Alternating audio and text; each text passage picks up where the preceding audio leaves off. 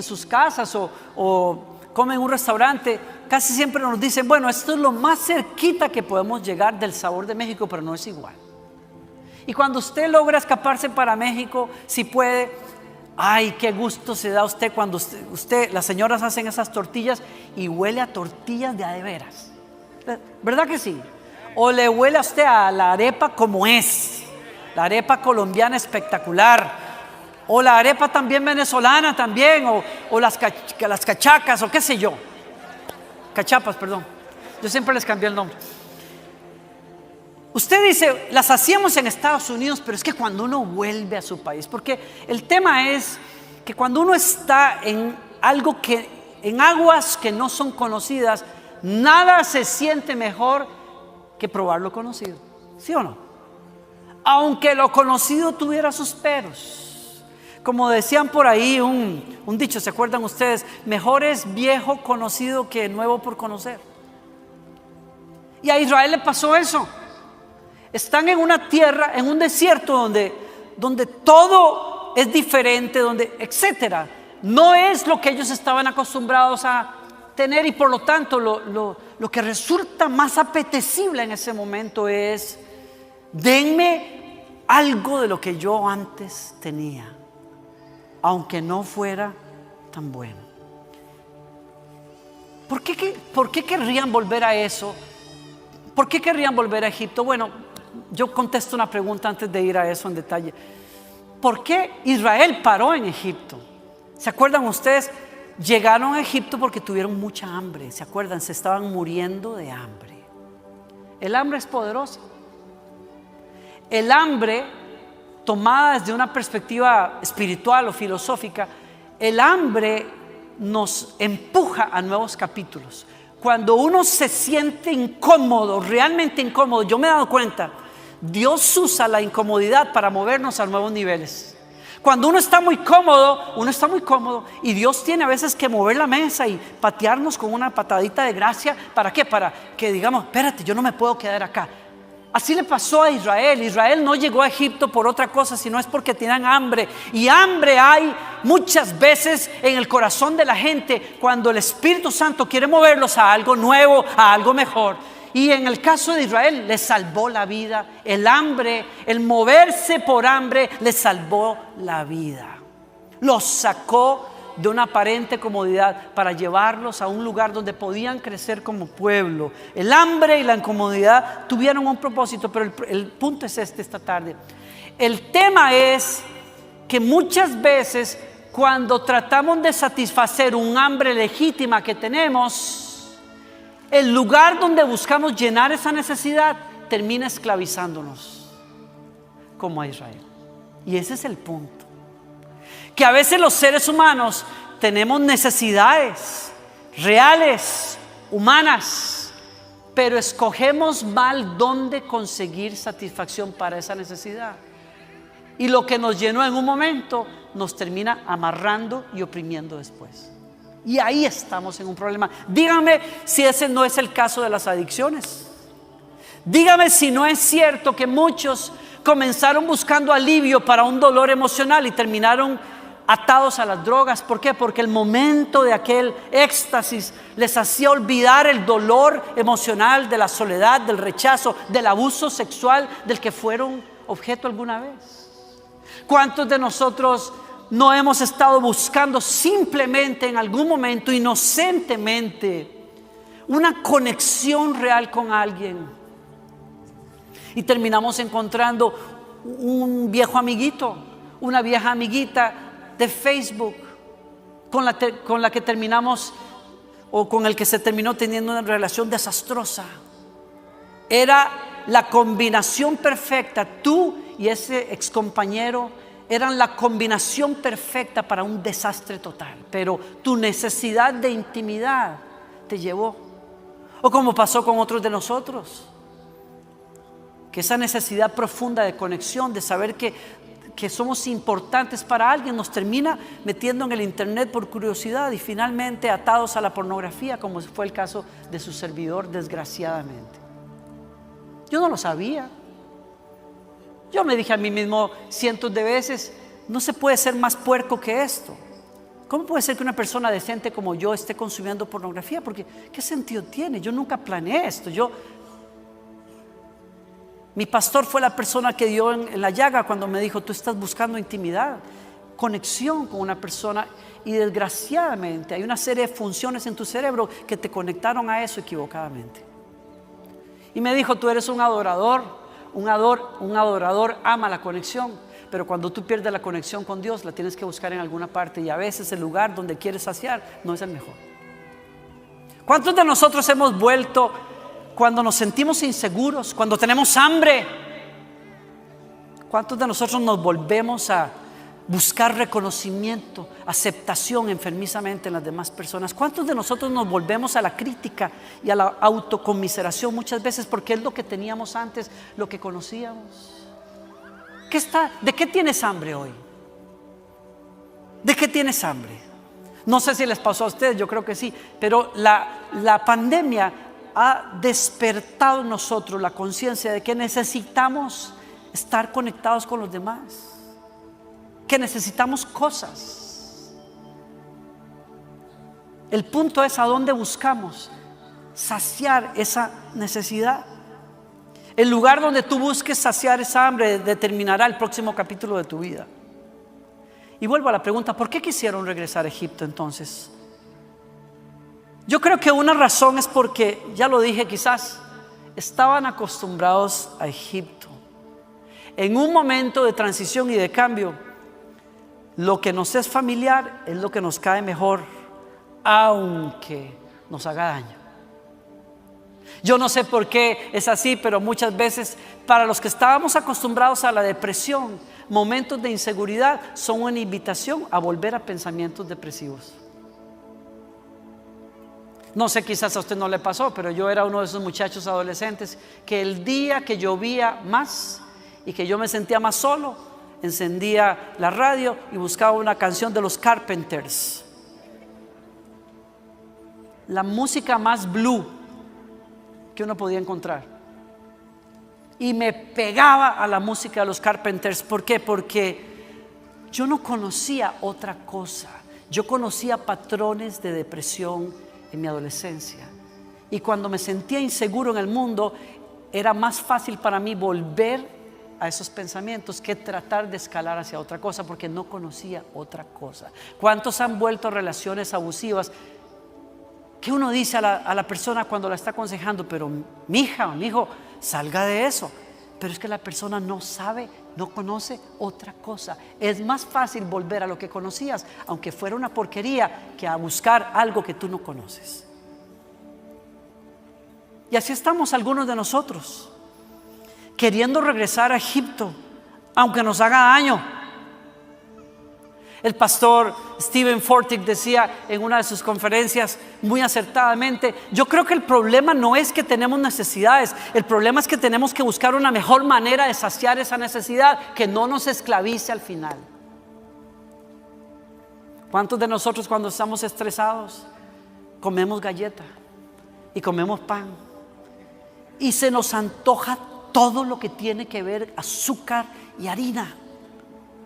No le estoy hablando a nadie aquí, parece que nadie entiende el ejemplo, voy a cambiarlo, pero ¿cuántos de nosotros sabemos que nos hace daño y lo seguimos haciendo?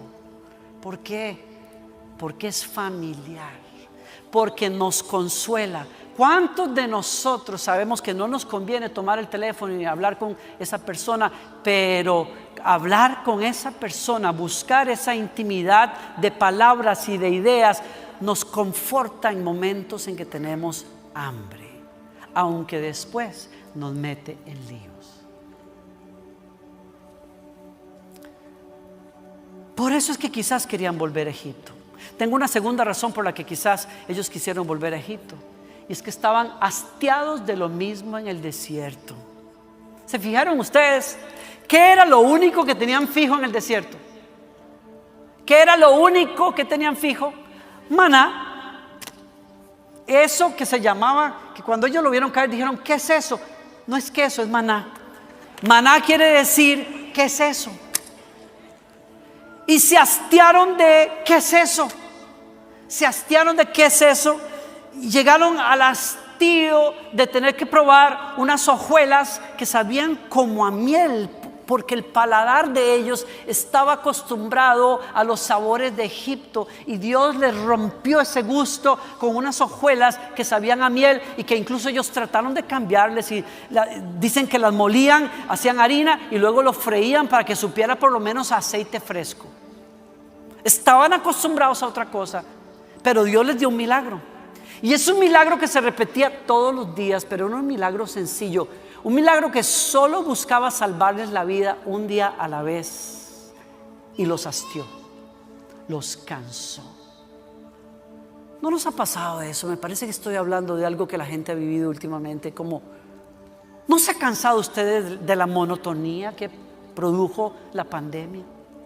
Estar siempre encerrado en la casa, enfrente del televisor o enfrente del teléfono. ¿Era para arriba o para abajo?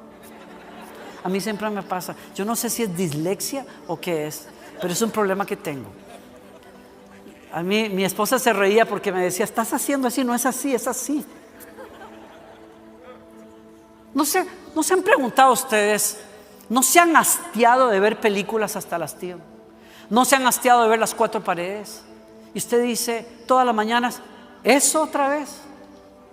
Y vuelve a ver a su esposo y dice: ¿qué es eso? Y vuelve a ver a su esposa y dice: ¿qué es eso? Y vuelve a ver a sus hijos y dice: ¿qué es eso? Y vuelve a ver otra vez el trabajo y dices: ¿qué es eso? Y vuelves a ver las cuentas: ¿qué es eso?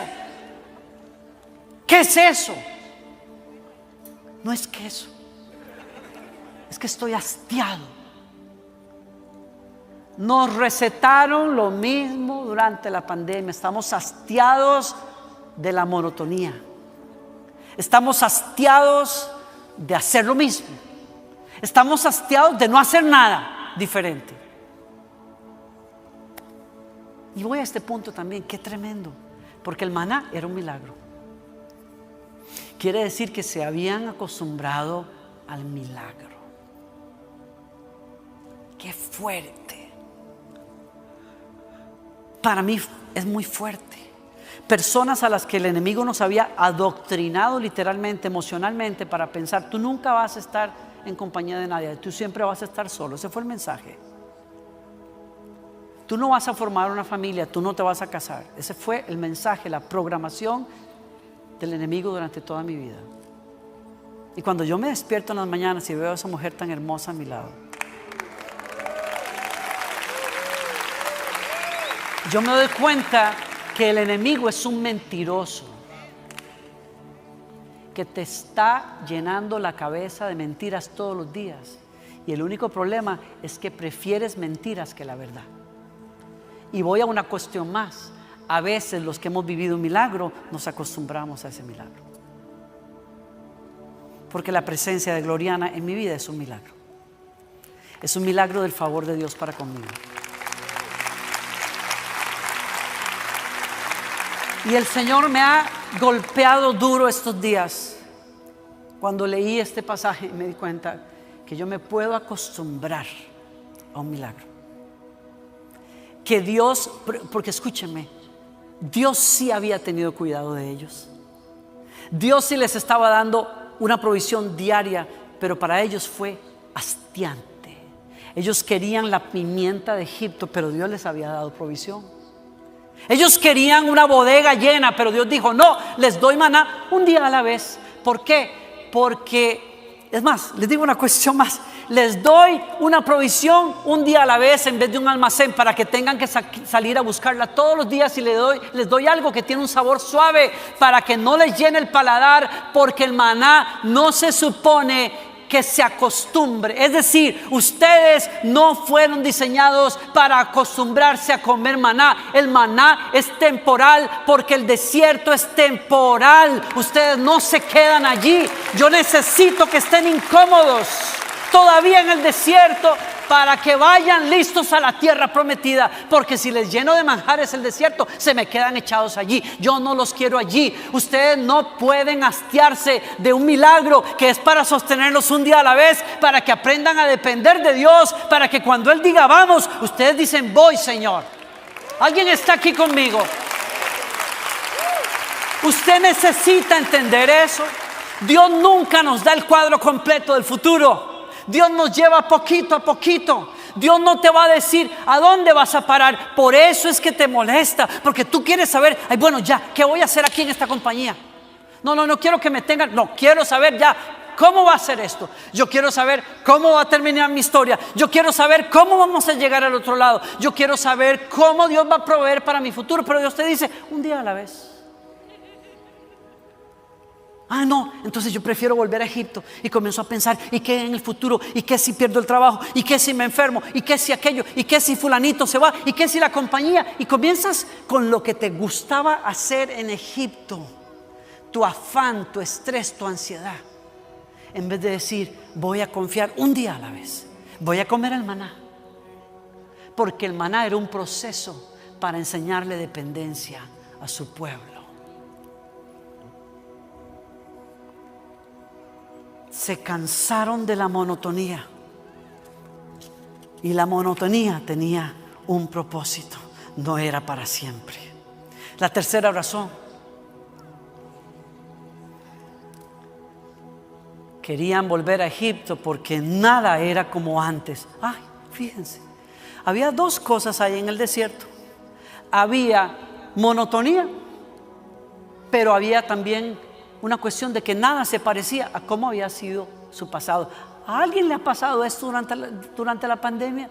Todos nos hablan de un nuevo normal y todo el mundo dice, yo no quiero un nuevo normal, yo quiero lo de antes. ¿Le pasó a usted? ¿Le pasa a usted? A veces me quiero subir aquí ahora con el tapabocas.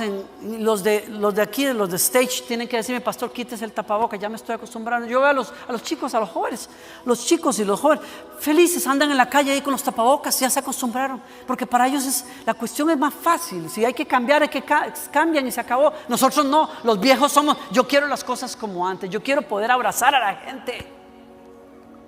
Ahora uno saluda a la gente y yo no sé ni cómo saludar, porque uno se acerca y ¿qué? Abrazo, no abrazo, aquí o la mano, y ya uno no sabe cómo. Yo quiero las cosas como eran antes, porque estas son aguas distintas que yo no he navegado. Qué cosa tan terrible es estar en algo que no es familiar. Y vean los israelitas, la escritura dice, vivían entre tiendas y movidas. O sea, la nube se sentaba y ellos se tenían que sentar y armaban las tiendas y las ollitas acá y la silla aquí, vamos a poner la mesa acá, el florero acá, vamos a hacer el baño allá, ya estamos listos. Y de pronto el día siguiente, cuando estaban acomodados, se volvía a levantar la nube y dice, ay, ¿ahora cómo será recoger los tiliches y las ollas y todo otra vez? Y vamos al desierto. Pasaban entre viajes que no sabían a dónde iban a parar y tiendas de campaña. ¿Quién puede vivir así? Vivían entre la monotonía y un mundo que era completamente distinto. Y por eso sentí que Dios me estaba hablando, y quizás le esté hablando a algunos de nosotros. Porque cuando tú vives entre la monotonía del maná y los cambios de una nueva vida en el desierto, ¿saben lo que pasa? Esa situación es una combinación explosiva. Despierta en los seres humanos lo que despertó en los israelitas: antojos exagerados por el pasado. Yo nunca me imaginé que vivir una pandemia iba a despertar tanta cosa en muchos de nosotros y en mí. Yo no me imaginé, pero ha exacerbado cosas en la vida y en la los niveles de enfermedades mentales en las personas se dispararon. Los niveles de infidelidad y de divorcios se dispararon. Los niveles de abuso intrafamiliar se dispararon por las nubes. Se dice que la siguiente pandemia no va a ser precisamente la de un virus, va a ser la de la salud mental de los norteamericanos. Es el siguiente golpe que viene para este país.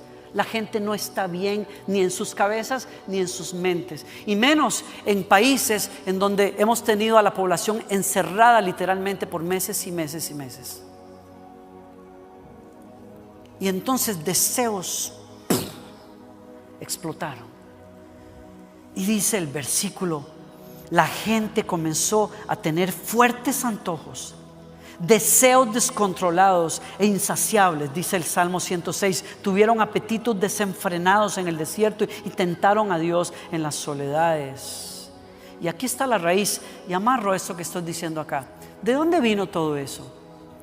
La Biblia nos da el secreto. La fuente de todo era, en el verso 4, la gentuza extranjera que viajaba con los israelitas. Fueron los que se quejaron y fueron los que tuvieron antojos exagerados, desenfrenados por Egipto. Te digo una verdad, muchos de nosotros hemos salido de Egipto, pero no todo Egipto salió de nosotros. Y por eso, en noches solitarias, quieres volver a Egipto. Y por eso, cuando los amigos traicionan, vuelves al espejo y repites cosas que si se las dijeras a otra persona te darían un golpe en la cara, pero te lo dices a ti mismo como lo hacías antes.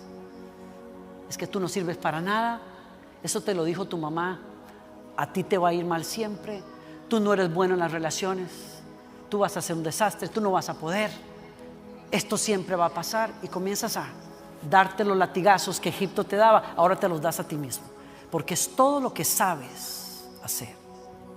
Y por eso vuelves a las páginas pornográficas a buscar la porquería, porque no sabes conectar de otra manera.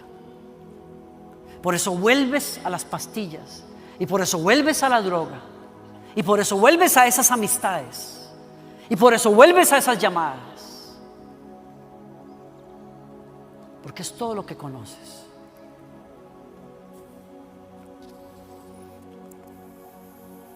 Si te digo una cosa, eres cristiano, naciste de nuevo, sí, pero traes la sazón de Egipto en tus labios, en tu lengua. Y para ser cristiano necesitas adquirir un gusto distinto por la verdad. Tú necesitas adquirir un gusto, un paladar distinto. Hay gente que está demasiado acostumbrada a la sal, y cuando buscan más salud tenemos que adquirir un paladar distinto para lograr salud. Algunos de nosotros, cuando tenemos que romper con situaciones de salud, necesitamos adquirir un paladar por los vegetales y por las frutas, porque lo único que se nos ocurre es la tortilla y el bollo de pan de este tamaño. Aplíquelo a lo espiritual, es igual.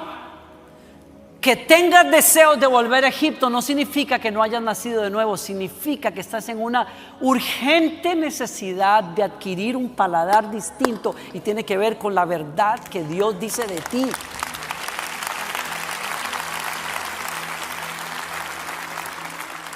Y mi pregunta es: ¿estás dispuesto a sacar esa gentuza de tu vida? ¿Estás dispuesto a que Dios saque esa gentuza? Porque el problema fue ese. Israel salió a recibir la tierra prometida, pero se les guindaron muchos egipcios. Y se les guindaron muchos israelitas casados con egipcios que pensaban como egipcios. Que cuando la cosa se puso caliente en el desierto, lo primero que dijeron es: Dios nos trajo aquí para matarnos. Dios es un Dios injusto, es un mentiroso, nos prometió la tierra prometida y estábamos mejor en Egipto. Sí, estábamos mejor en Egipto. Pues vamos, papito, vaya a Egipto para que le den duro con látigos. Vaya a Egipto para que le pidan no sé cuántos ladrillos sin darle las herramientas. Vaya para que lleve, mire, le gustó Egipto, tome, vuelva a Egipto, vuelva a su depresión, vuelva a los cigarros, vuelva al alcohol, vuelva otra vez a esas fiestas desordenadas, vuelva, pero no sea selectivo en la memoria, porque usted sabe a dónde conduce. No necesitas volver a Egipto, necesitas adquirir el paladar del Espíritu y de la verdad en tu vida. Necesitas relaciones diferentes. Necesitas relaciones que no son codependientes. Necesitas pensamientos nuevos. Necesitas hablarte y verte y pensarte como Dios te ve. Necesitas lugares diferentes. Y la pregunta es, ¿estás dispuesto a sacar esa gentuza? Es más, la pregunta es, ¿estás dispuesto a que Dios saque esa gentuza de tu vida? Solo escuché uno. Están muy callados ustedes, pues está bien. Yo me doy cuenta que cuando están muy callados es porque están recibiendo y están pensando, están tratando de tragarse el asunto. Está bien, no importa. Porque no me podría parar adelante sin antes haberme bajado esto también con un poco de aceite y de oración. Porque cuando Dios me dijo, hay gentuza en tu vida, ¿estás dispuesto a que yo la saque? Para yo sacarla, necesitas un proceso. Y hay muchos que estamos diciéndole al Señor, yo quiero la tierra prometida, pero no queremos el proceso. Yo quiero ser más santo, pero no quiero el proceso. Yo quiero los sueños que Dios tiene para mí, pero no quiero el proceso. Yo quería ser un líder en mi iglesia cuando tenía los 17 años, pero cuando mi pastor jaló mecates, como decimos allá en Costa Rica, o socó las tuercas y me sentó y me dijo, vamos a hablar un poquito tú y yo, a ver, esas amistades con las que tú andas, explícame, ¿por qué insistes en andar con esas amistades? Si tú eres un hombre de Dios, tú eres un muchacho. Y le dije, ay sí, pastor, tiene razón. Y me fui a hacer exactamente lo mismo que él me había dicho no hagas. ¿En qué terminó eso? El que el pastor me dijo, ¿sabes qué? La puerta está abierta. Y aborté un proceso. ¿Ves? Aborté procesos. Ay, si yo te contara cuántas veces yo he abortado procesos de Dios en mi vida que me iban a llevar más rápido. Pero prefería andar 40 días porque no quería el proceso. Quería las uvas de Canaán, pero no quería la conquista de Canaán. Los discípulos decían, Señor, ¿será que la mamá de los discípulos, será que mis hijos pueden sentarse a tu izquierda y a tu derecha? Y él dijo, sentarse, pueden, pero eso no está en mis manos, está en el Padre. Pero les hago la pregunta, ¿están dispuestos al bautismo con que yo voy a ser bautizado? ¿Están dispuestos a tomar la copa que yo tengo que tomar? Porque si ustedes quieren la unción del puesto, deberían de pagar el precio por la copa.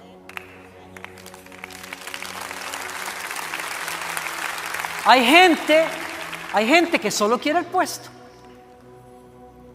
Hay gente que solo quiere el título, pero no quieren subirse las mangas y lavar los pies de los demás.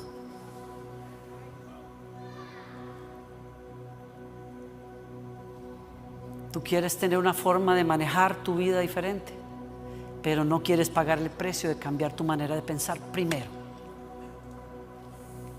Y eso es algo que Dios nos invita a hacer. Termino acá. ¿Saben cómo se llamó aquel lugar donde ellos se quejaron? La Biblia dice Kibrot Hattava, porque allí sepultaron a los que habían sido codiciosos. El sepulcro de los deseos. Hoy Dios te pone a escoger: o entregas los deseos y tienes una fiesta con Dios, o te quedas pegado en el desierto. ¿Y qué vas a escoger? Los brazos de Dios están abiertos aquí para decirnos, yo quiero llevarte ahí. ¿Y tú? ¿Quieres llegar? Porque esto no es cuestión de desear realmente. Desear, todos deseamos cosas. Deseamos cosas, pero no deseamos lo suficiente lo bueno. Nuestro problema no son pasiones, es que no tenemos pasiones, suficientes pasiones por Dios, suficientes pasiones por sanidad, suficiente pasión por lo que es integridad, suficiente pasión por lo que es bueno. Y ahí está la cosa. El hijo pródigo se hastió de su papá. Termino con esta historia. Les dije ya el tercer término, quiere decir que termino. El hijo pródigo se hastió de la monotonía de papá, de la finca, de trabajar, para el papá. Es tener, sí, tengo comida, tengo cama, tengo un papá, pero se hastió de papá. Le estoy hablando a alguien aquí, creo. Alguien que tiene toda la bendición de Dios, vive un milagro, pero aún así está mirando para la ciudad donde las luces nunca se apagan, como lo hizo el hijo pródigo. Tienes iglesia, tienes familia, tienes trabajo, tienes llamado, pero estás mirando por la ventana porque hay deseos por noches sin fin, por diversión alocada, por no tener que cumplir reglas, dices tú. Y le pidió la herencia al padre y se fue y desperdició todo, como muchos lo hemos hecho. Yo he sido uno de esos. Desperdiciamos pureza, la tiramos por la borda, desperdiciamos juventud, tiempo. Escogí una computadora antes que un altar. Me levanté de orar porque no percibía a Dios más y me hundí en una computadora para parar en la pornografía. Cambié un altar por un basurero. Le pasó al hijo pródigo. Cambió a su papá por una ciudad y cuando lo gastó todo, tuvo hambre. Y aquí voy a lo que comenzó esta reflexión. Tuvo hambre porque el hambre es buena, siempre y cuando la sacies en el lugar correcto. Y cuando tuvo hambre, deseó comer la basura de los puercos hasta que volvió en sí y dijo: ¿por qué comer basura de puercos si el refri de mi papá está lleno? ¿Por qué estar en la porquería si hay mejor comida en la mesa de mi padre? Y volvió a casa del padre.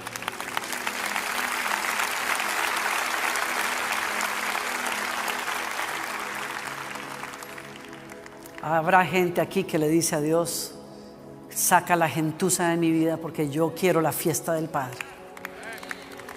Habrá gente aquí que se pone de pie conmigo para decirle a Dios eso. Habrá alguien, póngase de pie donde usted esté y abra ese corazón a Dios. Habrá gente que dice: Señor, yo no vuelvo atrás, no quiero volver atrás. Abre esos brazos delante de Dios. Yo percibo la presencia de Dios aquí. Muchos tiramos por la borda la mesa del Padre, pero el Padre está diciendo: yo soy lo que tú necesitas. Esas conversaciones, esas amistades, ese vicio, esas relaciones ocasionales, esa glotonería, esas cosas, yo sé lo que tú estás buscando. Más de mí, más de mí, más de mí. Ya te cansaste de la mentira, de hablarte mentira, de golpearte con mentira. Compra la verdad.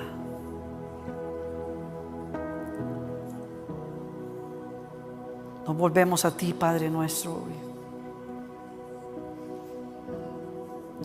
Este es el año del favor del Señor. Y el Espíritu del Señor está sobre mí y me ha ungido, dice el Señor, para pregonar libertad a los cautivos, para que los que estaban ciegos ahora vean, para que a los prisioneros se les abran las puertas, para que los que estaban enlutados sean vestidos de gloria. Gracias, Señor. ¿Alguien puede darle gracias? Entréguese a Dios. ¿Alguien puede darle gracias? ¿Alguien puede darle gracias? ¿Alguien puede darle gracias? Jafet, tú estás por ahí. ¿Será que agarraste la onda de lo que está pasando y te vienes corriendo? Yo sé que es tarde, no me importa. Dios va a cambiar tumbas, porque aquí la gente no va a morir en el sepulcro de sus malos deseos. Dios va a crear jardines donde había muerte. Aleluya, aleluya. El viento del Espíritu está soplando hoy aquí. Dios te está diciendo: la maldición que arrastró tu casa se acabó en ti. Se acabó contigo. Eres el primero de una bendición distinta sobre tu casa. El Señor te dice: oigo el sonido de cadenas que se caen. Cadenas que se caen. Mentiras que se rompen. Yo borro tus borradores, tus notas las deshago, te dijo el Señor hoy. Yo estoy rompiendo tu proyecto de vida, era una miseria. Yo escribo un capítulo nuevo en tu vida y lo estoy haciendo hoy. Lo estoy haciendo hoy. Lo estoy haciendo hoy. Esos patrones de depresión se rompen. Eso de buscar consuelo en el pan se rompe. ¿Alguien le puede dar gracias? ¿Alguien le puede dar gracias? Vamos, levante sus brazos, levante su voz, dígale a Dios lo que usted tiene que decirle. Hable con Dios, clame por esa libertad. Este es el año de la libertad. ¡Oh!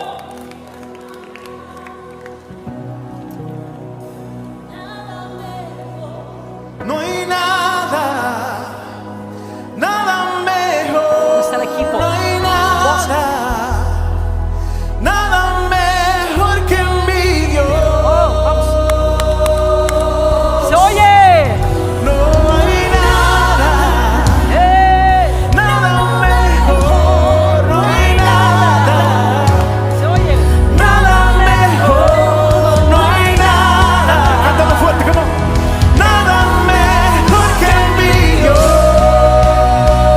No hay nada, no hay nada, nada mejor. No hay nada, nada mejor. No hay nada, nada mejor que mi Dios. De las ruinas y tumbas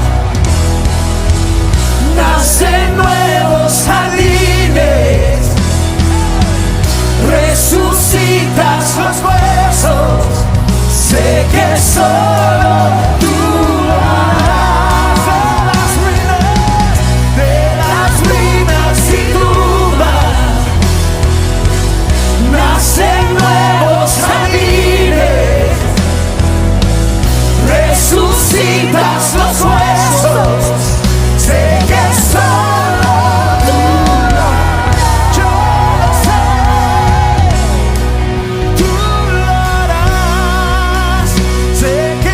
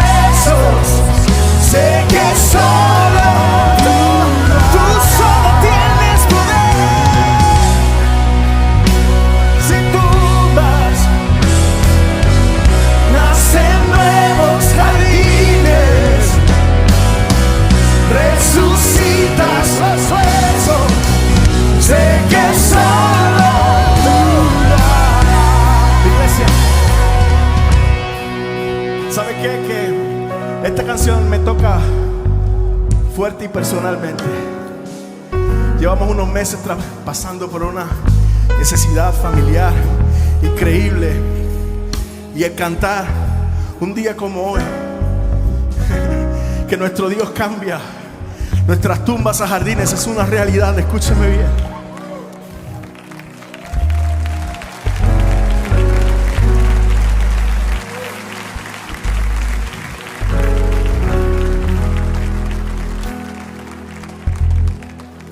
Es una realidad.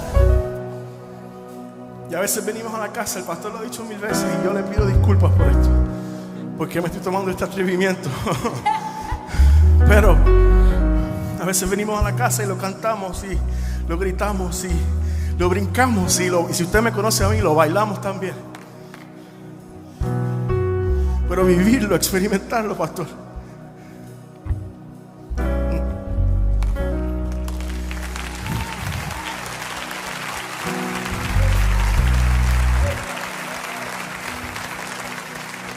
y si Dios lo hizo conmigo, si Dios lo está haciendo con Damaris, Dios lo puede hacer contigo.